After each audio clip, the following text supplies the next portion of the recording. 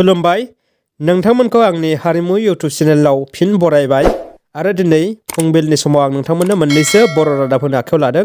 नोंथांमोना अन्नानै रादाबखौ जोबजासिम नायलां। फैदो बिदिब्ला फारियै रादाबखौ नायलांदिनि लोगोफोर।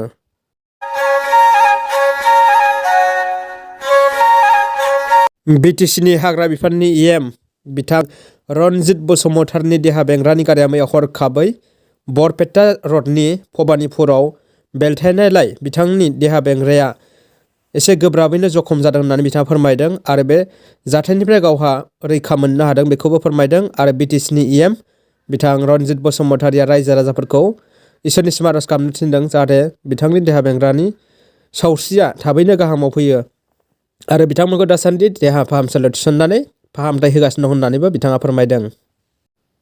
मैयानि साना UPPL दोलोनि थाखाय जोबोद गेदेर सान, मानोना मैया 6 जानुवारि खालि बिटिसि बिसायख'थियाव बिजाथि महरै गसंनाय बर'नि सा 10 थामहिनबा GSPनि जेननाय बिजाथिफोरा हरखाबैनो UPPL दोलोआव जयेन जायो।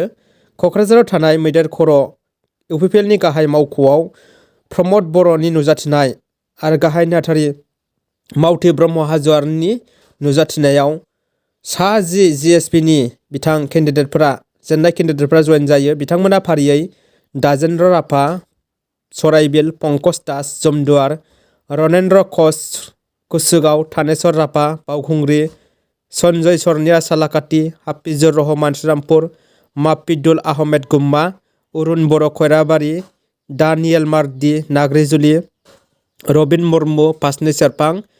बिथांमोन सा 10 MCLA जेननायफ्रा UPPL दोलोआव जयेन जानायनि थाखाय मानगोनां प्रमद बर' बिथाङा बिथांमोनखौ बरायनायजों लोगोसे बिथाङा बुंथिदि बियो UPPL दोलोनि थाखाय जोबोद देरहासारनाय आरो बिटिसिनि मावफुं सोद्रोमा गाहाय मावफुं सोद्रोमा प्रमद बर'आ बुंबावोदि बिथांमोन MCLAफ्रा बिटिसि बिसायख'थियाव गोबां भटआव बिथांमोना मोनदोंमोन आरो माखासे भटनि थाखायसो जेननो गोनां जादों।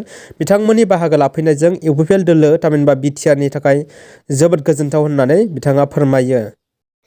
5 जानुवारि थामहिनबा मंगलबार साननिफ्रायनो गोमानानै थानाय बारग' रायजो सभानि MP बिस्वजित दैमारिनि फिसाज्ला अमित राज दैमारिनि गोमानाय खौराङाथ' जोंनि सारा आसामावनो मोनसे गुथाल सोमजिहोदोंमोन आरो खौरां बिजोङावबो गोसारदोंमोन। नाथाय मैया मोनसे खौरांनिफ्राय जों मिथिनो मोनबायदि आरो रोखा जाबायदि बिथां MPनि फिसाज्ला अमित राज दैमारिखौ चिरांनि सापागुरिनिफ्राय मोननो हायो।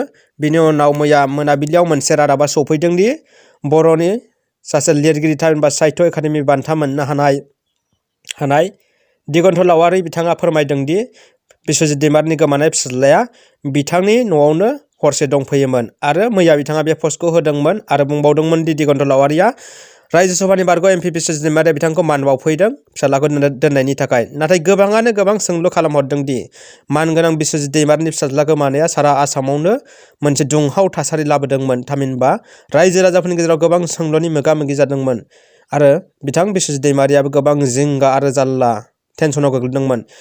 बेफोरखौ नुसेयावबो ससियेल मिडिया आरो खौरां बिजोंनि गेजेराव मिथिसेयावबो नाथाय मा जाहोननि थाखाय दिगन्त लावारिया सोरदैनो जा बा रायजोआरियानो जा मानो बिस्वजित दैमारिनो खौरां हराखै होननानै गोबाङानो गोबां सोंलु खालामदों। नाथाय बिनि आन्दोआव मा दं जों बेखौ जेबो मिथिनो मोनाखै, बेखौ उननि समावसो मिथिनो मोननो हागौ। बर' हारिनि थाखाय जोबोद गोजोनथाव खौरां। बिटिसिनि गाहाय चिफ मानगोनां प्रमद बर'जों लोगोसे डिपुटि चिफ गबिन्द बसुमतारिया हरखाबैनो गोदान दिल्लीयाव दावबायदों। मैया मोनाबिलि 6 जानुवारि खालि 5:30 रिंगायाव गोदान दिल्ली फारसे रावना होलांदों बिटिसिनि गाहाय मावफुंगिरि प्रमद बर' आरो लेङाइ गाहाय मावफुंगिरि गबिन्द चन्द्र बसुमतारिया। बिथांमोना गोदान दिल्ली फारसे मानि थाखाय थांदों बिनि सायाव जों माखासे खोथाखौ मिथिनो हादों। मिथिनाय बायदिब्ला NDBनि गायसनगिरि आफादगिरि रन्जन दैमारि जोहोलाव आरो माखासे केडारफोरा जोबथेसालिनि बोलि जानांनायखौ नोजोर होनानै बिथांमोनहा थाबैनो जोबथेसालिनिफ्राय उदां खालामनो थाखाय BTR गोरोबथानि 9.4 दफा बायदियै गुवारै सावरायनो रावना होदों होननानै मिथिनो मोन्दों।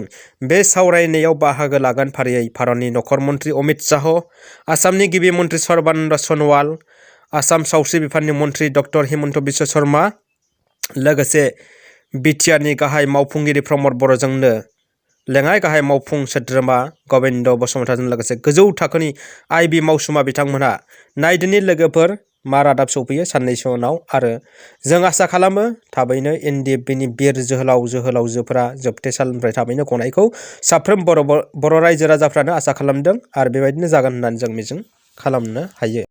दिनैनि रादाबा बेखिनियानोसै लोगोफोर। नोंथांमोना आंनि चेनेलाव गोदानब्ला अननानै चेनेलखौ साबस्क्राइब खालामदो आरो भिडिअखौ लाइक होदो लोगोसे रादाबखौ हायोबा शेयार खालामदो। गोजोन्थों लोगोफोर।